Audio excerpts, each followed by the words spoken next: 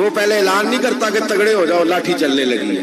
لاٹھی چلتی ہے پر اس کی آواز سمجھ آ رہی ہے میری بات کی؟ جمعۃ الوداع کے لیے تشریف لانے والے احباب خاص غور فرمائیے گا.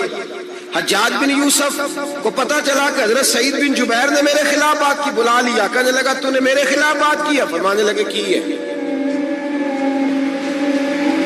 کہنے لگا تجھے پتا ہے میں قتل کر دوں گا؟ آپ فرمانے لگے نہ تو زندگی کا مالک ہے نہ موت کا مالک ہے، تو کیسے قتل کر؟ کہنے لگا تجھے پتا ہے میرا؟ فرمایا میں نے تجھے نہیں، میں نے تو کئی شداد، کئی حماد، کئی قارون، کئی فرعون، کئی نمرود دیکھے، کئیوں کی داستانیں سنی، تو کون ہے؟ تو چھوٹا سا ہے. ایک جملہ ہے ملا جلال الدین رومی کا، بڑے درویش تھے، ایک بات کہہ گئے، کہنے لگے نمرود جتنے پیسے نہیں، فرعون جتنی حکومت نہیں، قارون جتنی دولت نہیں، ورنہ فرمانے لگے میرے زمانے میں بھی کئی لوگوں کا خدا بننے کو دل کرتا ہے، کئی لوگوں کا دل کرتا ہے، لیکن نمرود جتنے پیسے، فرعون جتنی طاقت اور قارون جتنی دولت نہیں، ورنہ ہو سکتا ہے لوگ دعویٰ کر جائیں معاذ اللہ ثم معاذ اللہ. یہ آج سے کئی سو سال پہلے وہ کہہ رہے ہیں، آج تو حالات بڑے ابتر ہیں، اس کی نسبت خطرناک. فرمانے لگے حضرت سعید بن جبیر تو زندگی موت کا مالک نہیں. کہنے لگا پکڑو، قتل کرو اسے، لے جاؤ. جب پکڑ کر کھینچ کر لے جا رہے تھے نا تو حضرت سعید بن جبیر مسکرانے لگے. اب ظالم کے سامنے مسکرائے تو اس کو بڑا غصہ آیا، یہ میرا مذاق اڑاتا ہے. بلا لیا، ادھر آؤ، کیوں مسکرا رہے ہو، کیا ہوا؟ تو حضرت سعید بن جبیر کہنے لگے میں مسکرا رہا ہوں تیری بیوقوفی پر اور اپنے اللہ کی دی ہوئی ڈھیل پر. میں مسکرا رہا ہوں کہ یا اللہ کیا بات ہے، کیا تیرا شان ہے، کیسے لوگوں کو ڈھیل دی ہوئی ہے.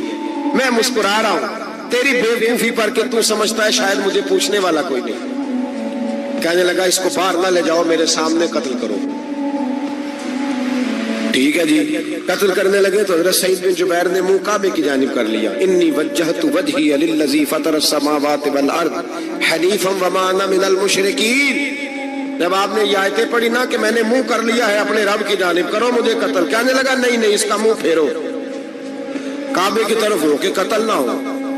ہے ظالم پر پاگل ہو گیا ہے. حضرت سعید بن جبیر کے حوصلے نے شکست دے دی، ناکام ہو گیا، مخبوط الحواس ہو. کہنے لگا اس کا منہ پھیر دو. جب کعبے سے پھیرا تو آپ فرمانے لگے للہ المشرق والمغرب فإنما تولى فثم وجه اللہ. اللہ فرماتا ہے تو مشرق اور مغرب سارا ہی اللہ کا ہے، جدھر بھی منہ کرو گے ادھر اللہ ہی اللہ ہے، جدھر بھی منہ کرو گے ادھر اللہ ہی اللہ ہے. چاروں جانا پھیر دے، جدھر منہ پھیرنا ہے تو نے پھیر دیا منہ. حضرت سعید بن جبیر کے گلے پہ خنجر رکھا تو آپ نے ہاتھ اٹھائے، کہنے لگے اے اللہ میرے بعد اسے کسی اور پر مسلط نہ کرنا، میرے بعد کسی اور پر مسلط نہ، بس میں آخری ہوں. جب آپ ذبح ہوئے تو اتنا خون نکلا، اتنا خون نکلا کہ لوگ کہتے ہیں جتنا اونٹ کے وجود سے نکلتا ہے. تر ہو گیا سارا اس کا دربار. ایک سمجھدار آدمی کو بلا کے کہنے لگا اتنا خون میں نے پہلے کبھی، میں نے بڑے بندے قتل کرائے ہیں پر اتنا خون نہیں نکلا. تو وہ کہنے لگے لوگ مر جاتے ہیں، مرتے وقت ڈر جاتے ہیں، سہم جاتے ہیں، خون سکڑ جاتا ہے. لگتا ہے یہ شخص جب دنیا سے گیا ہے تو ڈٹ کے گیا ہے، یہ ڈٹ کے گیا ہے دنیا سے. حجاج بن یوسف رات کو سویا تو تڑپ کے اٹھا، کیا ہوا؟ گھر والے کہنے لگے کیا ہوا؟ کہنے لگے سعید بن جبیر خواب میں آیا اور کہتے ہیں اٹھ مجھے بتا تو نے مجھے کیوں قتل کیا، بتا بتا کیوں مارا. اگلی رات پھر سویا تو وہی خواب، پھر سویا تو وہی خواب. گناہ نفسیاتی مریض بنا دیتا ہے، ظلم تجھے مخبوط الحواس کر دیتا ہے. جب تو زیادتی کرتا ہے تو اللہ فرماتے ہیں کہ میں، تو اللہ کو بھولتا ہے، اللہ تجھے اپنا آپ بھلا دیتا ہے. پھر تو بھول جاتا ہے، پھر تو سیدھے رستے پہ چلتا ہے پر بھٹک جاتا ہے، پھر تو صحیح رستوں کا تعین کر کے بھی گمراہ ہوتا ہے، پھر تو روز وہی گاڑی چلاتا ہے پر اب جب تو بریک لگاتا ہے تو نہیں لگتی. جب گناہوں کے ساتھ تو مخبوط الحواس ہوتا ہے تو روز وہ کاروبار کرتا ہے، لیکن جب تیرے گناہ تجھے گھیر لیتے ہیں پھر اسی کاروبار میں تو نقصان اٹھاتا ہے. حجاج بن یوسف تڑپتا ہے، روتا ہے، یہاں تک کہ بیمار ہو گیا. پیٹ میں درد ہوتی ہے پتہ نہیں کیا ہوا، تکلیف ہوتی ہے پتہ نہیں، سارے حکیم طبیب ڈاکٹر کوئی نہ سمجھ سکا کہ بیماری کیا ہے۔ جو بیماریاں خدائی ہوتی ہیں ان کا لوگوں کو پتا، جو آزمائشیں رب کی جانب سے ہوتی ہیں وہ ڈاکٹروں کے ہتھے نہیں چڑھتی، جو تکلیفیں اللہ دیتا ہے ان کا حکیم طبیب علاج نہیں کر پاتے، مشکل، اور شفا اسی وقت ہوتی ہے جب اللہ دینا چاہے، اور جب رب بھی دینا نہ چاہے تو بڑے بڑے ڈاکٹر کہتے ہیں کہ ہمارے سے بس کی بات نہیں رہی۔ بغداد سے حکیم آئے، پیٹ دیکھا، کہنے لگے نہ تیرے معدے میں کوئی دقت ہے، نہ تیرے جگر میں، نہ کسی اور جگہ، ماجرا کیا ہے؟ ایک آخری علاج ہے، آخری، وہ کیا؟ گوشت کا چھوٹا سا ٹکڑا دھاگے کے ساتھ باندھ کے منہ میں ڈالا، اور پھر ایک باریک سا تنکا لے کے اس کو اندر ڈالنے لگے گلے میں۔ وہ گوشت کا ٹکڑا جب حلق کے اندر اتر گیا، اس حکیم نے واپس کھینچا تو کیسے ایسی بدبو آئی جیسی کبھی سونگی نہ تھی۔ جانور کیڑے مکوڑے لگے ہوئے باہر نکلے، اور جب دیکھا تو جتنے محل میں لوگ بیٹھے تھے چلاتے ہوئے نکل گئے کہ یہ کیا مصیبتیں ہیں۔ حکیم بھی اٹھ کے دوڑنے لگا، کہا تجھے کیا ہوا؟ کہنے لگے حجاج تیری بیماری زمینی نہیں، تیری مصیبت زمینی نہیں۔ کہا میری مرض تک تم کیوں نہیں پہنچ پا رہے؟ تو کہنے لگے لگتا ہے تو بد دعا کا مریض ہے، لگتا ہے تو ظلم کا مریض ہے، تو جبر کا مریض ہے۔ تڑپتا رہا، سسکتا رہا۔ ایک وقت وہ بھی آیا کہ گھر والوں نے کمرے میں بند کر کے تالا لگا دیا، دیوار سے ٹکرے مارتا۔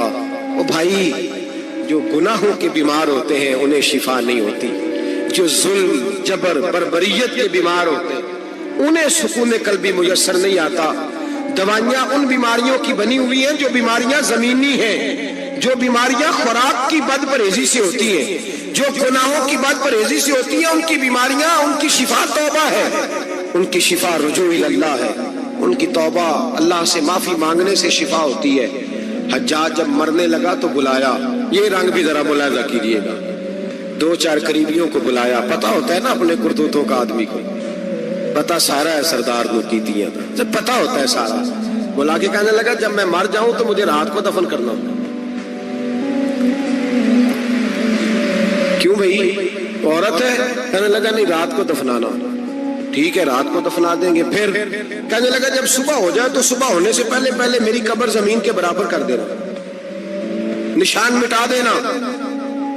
کا وجہ تو کلمہ پڑھتا ہے، حضور کا حکم ہے کہ قبر کم از کم ایک بالش، ایک گٹ اونچی ہونی چاہیے زمین سے کم از کم، تو تیری قبر مٹا دے، وجہ پتا ہوتا ہے اپنے ظلموں کا۔ کہنے لگا مجھے پتا ہے لوگ میرے مرنے کے بعد میری قبر بھی نہیں چھوڑیں گے، دنیا میں تو میرے جبر کی وجہ سے کوئی آ نہ سکا، لیکن میری قبر بھی لوگ جنازوں میں باتیں شروع کر دیتے ہیں۔ جنازوں میں نے ایسی بھی داستانیں سنی ہیں کہ کوئی مرا تو لوگ جوتوں کا ہار قبر پہ ڈالا ہے۔ نہیں بھائی، تو جب زندہ تھا تو تیرے جبر ظلم کی وجہ سے نہیں کو بول سکا۔ ایک تو ہے قیامت میں حساب ہوگا، یہاں دنیا میں حساب ہونے لگتا ہے۔ اتنی لمبی زبانیں لوگوں کی لٹک کر مرتے وقت باہر نکل آتی ہیں۔ دعا کریں، جمعہ ہے، اللہ تعالیٰ ایمان کی موت عطا فرمائے۔ دعا فرمائے رب تعالیٰ، اللہ تبارک و تعالیٰ توبہ کر کے جانے کی توفیق عطا فرمائے۔ جاگے جاگے اور سنے اور دعا کرے، اے اللہ تو ہمیں ظلم سے ویسے ہی محفوظ فرما، اگر ہم زیادتی کرنے لگے تو اے اللہ ہمیں اس سے منع فرما، ہمیں اس سے تو یہ توفیق دے کہ ہم باہر آ جائیں اس گناہ سے۔ میرے بھائی، ایک تو دنیا میں سزا ہے، پھر قیامت کی سزا ہے، اور وہ زیادہ سخت ہے، وہ زیادہ سخت ہے۔ ہم لوگوں نے نا ہیلے بہانے بڑے بنائے ہوئے ہیں۔ بینک کے ساتھ کاروبار کرنے والا کہتا ہے نہیں مجبوراً لیا ہے، مجبوراً مر رہا تھا تو آخری لبوں پہ تھا تو جائز ہے، جائز ہے۔ اس وقت جب تجھے کھانے کو لقمہ نہ لگے تو حرام کھانا بھی جائز ہے۔ کیا دقت تھی؟ کیوں اللہ رسول کے مقابلے میں کھڑا ہوا تو؟ کیوں سود کا دھندا کیا؟ کیا تکلیف تھی؟ کہاں تو الجھ گیا تھا؟ ہم جان بوجھ کے اپنے لیے جہنم کٹھی کرتے ہیں، پھر کہتے ہیں سکون نہیں زندگی میں۔ کہاں سکون آئے گا؟ کیسے آئے گا؟ ہم نے خود آگ لگائی ہے چمن میں اپنے۔ جو قیامت کی سزا ہے، میرے نبی پاک علیہ السلام نے فرمایا رب تمہیں سامنے کھڑا کرے گا. اور کس طرح کھڑا کرے گا؟ فرمایا لوگوں کے وجود سے کپڑے اتر جائیں گے، زمین اس طرح دہکے گی جس طرح تانبا زمین پہ رکھا جائے اور آگ جلائی جائے. تانبا دیکھا آپ لوگوں نے؟ یہ بھی گرمی گزری ہے نا، تو فرش پر جب سورج پڑتا تھا تو ننگے پاؤں چلا نہیں جاتا تھا. صحیح کہہ رہا ہوں؟ ننگے پاؤں، بچے کا پیر زمین پہ لگتا تو چیخ اٹھتے، کہتے وہ جل گیا پیر. حالانکہ یہ فرش دنیا کے، اور اگر تانبے کے اندر خاصیت ہے کہ اگر کوئی دھات جلدی اور زیادہ گرم ہوتی ہے تو وہ تانبا ہے. میرے نبی نے مثال دی تو اس کی دی جو سخت تھا، فرمایا تانبے کی طرح زمین تپائی جائے گی اور پھر ننگے پاؤں رب تمہیں کھڑا کرے گا. آج سورج کی پشت تمہاری جانب ہے، قیامت میں منہ تمہاری جانب ہوگا. نیزہ آپ نے دیکھا ہوگا، نیزہ ہوتا تھا. فرمایا یہ جو تم نیزے دیکھتے ہو صرف 1.25 نیزے کے برابر سورج قریب آ جائے گا اور پھر اللہ تمہیں سامنے کھڑا کر کے تم سے سوال جواب کرے گا. اور حضور نے کہہ دیا ہے تو اب کسی نعت خواں کے کہنے سے بات بدل سکتی، کسی پیر کے کہنے سے جملہ بدل سکتا، کسی خطیب کے کہنے سے فکر نہ کرنا وہ سامنے جنت پڑی ہے، اب بات بدل سکتی؟ خدا کی رحمت پر بھروسہ رکھنا ضروری ہے، نبی پاک کی شفاعت کی امید رکھنا. بولیے. لیکن جو حضور نے بیان کیا ہے اس کو ماننا بھی یہ بھی ضروری ہے. میرے نبی پاک نے فرمایا اللہ تم سے حساب لے گا اور اللہ پوچھے گا، تم نے جواب دینا ہے. حضور کس کس شے کا؟ فرمایا جو پہنتے ہو اس کا جواب نہیں دینا، جو کھاتے ہو اس کا جواب نہیں دینا، جو اللہ کے راستے میں دیتے ہو اس کا جواب، باقی ہر شے کا جواب دینا ہے. ادھر جو پلاٹ ہے اس کا بھی جواب دینا ہے، اور جو جی وہ جو بچوں کو پیسے بتائے ان کا بھی جواب دینا ہے، جو چھپائے ہیں ان کا بھی. ثم لتسألن یومئذ عن النعیم. جو کمیٹی اپنے محلے میں ڈالی ہے اس کا بھی جواب دینا ہے، جو سسرال کے علاقے میں ابا جی سے چوری ڈالی ہوئی ہے اس کا جواب بھی، سب کا جواب دینا ہے، تمام حساب کتاب. اور اللہ فرماتے ہیں میں سامنے کھڑا کر کے ہر سوال کا تجھ سے جواب، تجھے ہر سوال کا جواب. اچھا یہ جو بڑے لوگ تھے وہ حساب سے ڈرتے تھے، ہم چھوٹے لوگ ہیں ہم حساب سے ہم نہیں ڈرتے، ہم کہتے ہیں دیکھی جائے گی. بڑے لوگ جو تھے وہ حساب سے. حضرت ابوبکر صدیق دعا کرایا کرتے تھے، دعا کرو اللہ مجھ سے حساب نہ پوچھے. حضرت عمر فاروق رضی اللہ تعالیٰ عنہ اپنے بیٹے سے کہتے تھے بیٹا اپنے باپ کے لیے رحمت کی دعا کرنا، میں درگزر والا ہوں، میں حساب والا کوئی نہیں. بڑے لوگ ڈرتے تھے. بڑے لوگ حضرت عثمان غنی قبر پہ کھڑے ہوتے تھے تو داڑھی آنسوؤں سے بھیگ جاتی. غلام کہتے ہیں حضور 3 دفعہ نبی پاک نے آپ کو جنت کی بشارت دی ہے، 3 دفعہ بشارت دی ہے تو آپ کیوں اتنا روتے ہیں؟ عثمان غنی فرماتے جس رسول نے مجھے جنتی کہا ہے اسی محبوب نے مجھے فرمایا تھا عثمان قبر آخرت کی منزلوں میں سے پہلی منزل ہے. اور آپ فرماتے میرے تو کمرے میں دیا گل ہو جائے تو مجھے ڈر لگتا ہے، اس میں تو مکمل اندھیرا ہے. آپ فرماتے کھڑکیاں بند ہو تو دم گھٹنے لگتا ہے، اس کو تو دروازہ ہی کوئی نہیں، روشن دان تک نہیں. بھائی جو بڑے تھے وہ ڈر رہے تھے. مولا علی شیر خدا نماز کا وضو کر کے کانپتے تھے، کانپتے.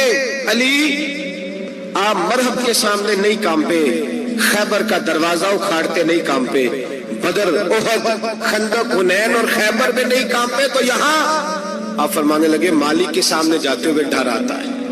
بڑے لوگ کانپتے تھے، بڑے لوگ. آج کون سا جمعہ ہے؟ سارے بولیے. حالانکہ یہ اگلے سال دوبارہ آئے گا، ہمارا نہیں پتا کہ ہم ودا ہو جائیں کہ کیا بنے. یہ کون سا جمعہ ہے؟ آیا جمعۃ الوداع، آئے ہم پڑھیں. آج ایک فکر لے کر کے جانا، ایک سوچ. جہاں روز رات کو بیٹے کی ٹینشن، بیٹی کی ٹینشن، بھائی کی ٹینشن، پوتے کی ٹینشن ہوتی ہے نا، ایک ٹینشن اور اپنے آج ایک ٹینشن بڑھا لو، قبر کی ٹینشن پیدا کر لو، قیامت کی تھوڑی سی فکر کر لو، تھوڑی سی ایک لمحے کے لیے صحیح تھوڑا خیال پیدا کریں. حضرت حسن بصری نام سنا ہوا ہے نا، یہ حضرت علی کے شاگرد ہیں، نبی پاک کے گھر میں آ جاتے تھے کئی دفعہ، بچے تھے جب. حضرت حسن بصری تابعی ہیں. فرماتے خانہ کعبہ میں عمرہ کرنے گیا، طواف کعبہ کر رہا تھا تو بڑا عجیب منظر ہوا، رات کی تنہائی ہوئی. اس وقت کئی دفعہ طواف بند بھی ہوتا تھا، اس لیے ایک رش کم ہوتا تھا تو رات کو سب سو جاتے تھے.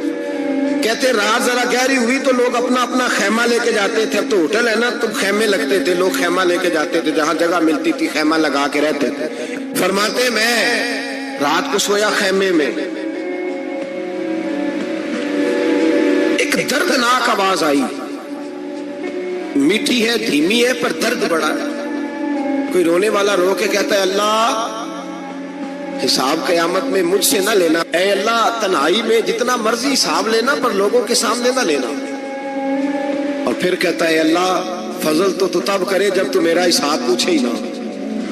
پھر چند منٹ گزرے تو پھر وہ رونے لگا. میرے کانوں میں آواز آئی, کہنے لگا اے اللہ حساب تو ان کا لیا جاتا ہے جو حساب کے قابل ہوتے ہیں. اعلیٰ حضرت کہتے ہیں نا رضا سے تو کیا حساب لے گا, رضا بھی کسی حساب میں.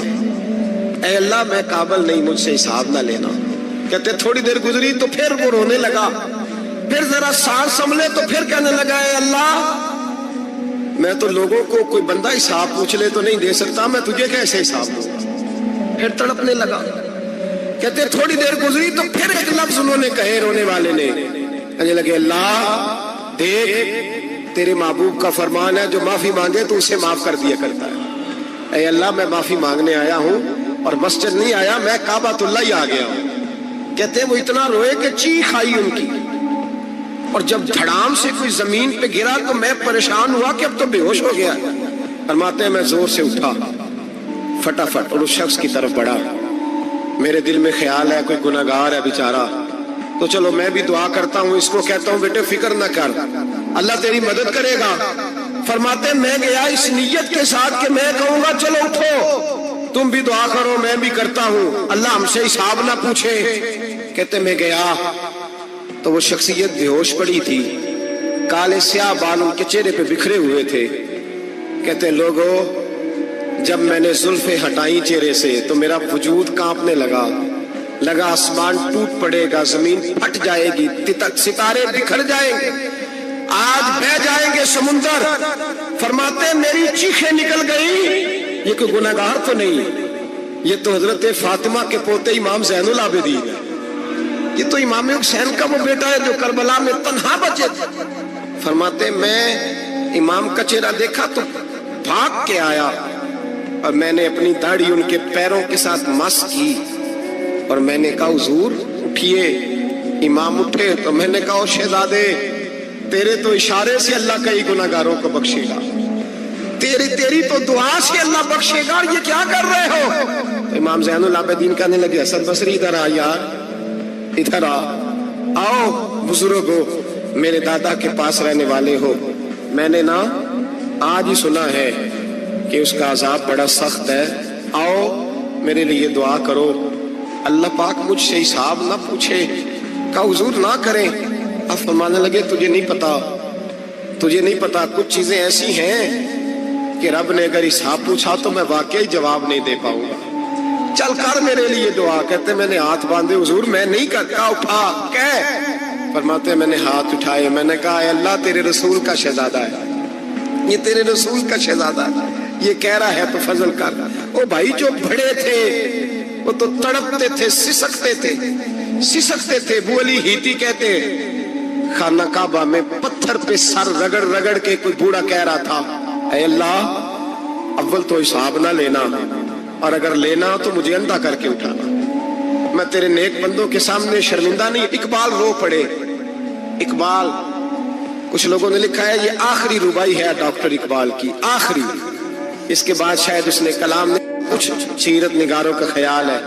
اقبال مدینے کی طرف منہ کر کے کہنے لگے تو غنی از ہر دو عالم من فقیر, اللہ تو غنی ہے میں تو فقیر ہوں. روز محشر عذر ہائے من پذیر, اے اللہ اول تو میرا کوئی عذر قبول کر لینا محشر کے دن, اور اگر نہ کرنا ہوا اگر تمہیں بینم حسابم نا گزیر, اگر ضرور ہی میرا حساب لینا ہے اے اللہ, اگر تو نے ضرور لینا ہے اے اللہ, اگر ضرور ہی لینا حساب اول تو میرا عذر مان لینا, میری کمزوری پہ رحم کرنا. اے اللہ میرے بڑھاپے پر میری کمزوری پر رحم کرنا, اگر ضرور حساب لینا ہے از نگاہ مصطفیٰ پنہا بغیر